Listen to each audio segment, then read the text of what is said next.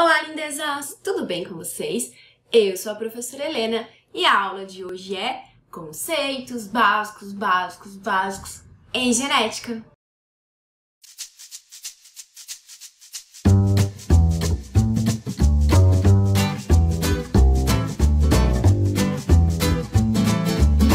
Bom, lindezas, esse vídeo vai trazer várias palavras que nós usamos na explicação de genética e qual o significado delas. Afinal, uma palavra que você não entende, você perde a explicação inteira. Então, essa aula é para você que está aprendendo genética.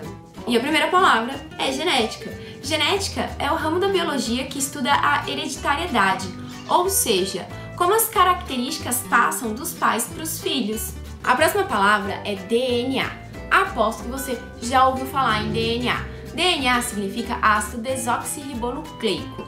E ele é um composto orgânico onde tem as informações genéticas para o desenvolvimento e para o funcionamento do organismo dos seres vivos. A próxima palavra muito usada são cromossomos, que são longas sequências de DNA que está todo organizadinho, todo condensado em forma de X. Ele é bem visível nas fases de mitose e de meiose da célula. Outra palavra que usamos muito é genes. Genes são os códigos que formam os cromossomos. São neles que estão as instruções necessárias para ser produzidas as proteínas.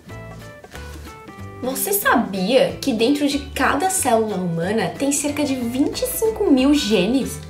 É coisa demais para um lugar tão pequenininho. Tô chocada! Células haploide e células diploide. Bom, você sabe que o corpo de todos os seres vivos são feitos por células, certo? Nós humanos, em cada célula, temos 46 cromossomos. Então, em todas as nossas células diploide, temos 46 cromossomos. Ou seja, a carga genética que recebemos do nosso pai e da nossa mãe. As células haploide possuem somente metade do número de cromossomos, ou seja, 23, e ela vai estar presente nas células reprodutivas, ou seja, no óvulo e no espermatozoide.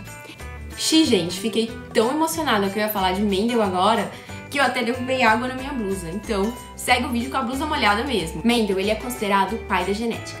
Quando ele fez o estudo dele com as ervilhas, ele pegou ervilha amarela e cruzou com ervilha verde para ver o que ia dar nesse resultado. E ele ficou muito espantado quando ele viu que do resultado de cruzamento de uma ervilha verde com uma ervilha amarela, só nasceu ervilha amarela. Foi aí que ele chegou à conclusão que algumas características dominavam sobre outras. E aí ele classificou essas características como dominante, aquelas que dominam, e recessiva, aquelas que são dominadas. E mais, usou letras para representar isso. Então, as características dominantes são sempre representadas por letra maiúscula, no caso, azão. E as características que são recessivas são representadas por letras minúsculas, como, por exemplo, azinho. Outras palavras que vocês vão ouvir muito em genética é homozigoto e heterozigoto. Pessoal, é só pensar na palavra homo, significa igual. Quando você tem uma mistura homogênea, significa que você está vendo uma fase só, uma coisa só. Quando você tem uma mistura heterogênea, você vê duas fases, por exemplo, água e óleo. Você consegue ver os componentes dessa mistura. Homozigoto é quando você tem dois genes iguais, ou dois azão, dois genes dominantes, ou dois azinho. Lembrando que são dois, porque sempre um você recebeu da sua mãe e um você recebeu do seu pai. Então, quando você tem dois azão ou dois azinho, diz que o indivíduo é homozigoto. Agora, hétero é diferente. Quando você tem uma mistura heterogênea, você vê duas fases.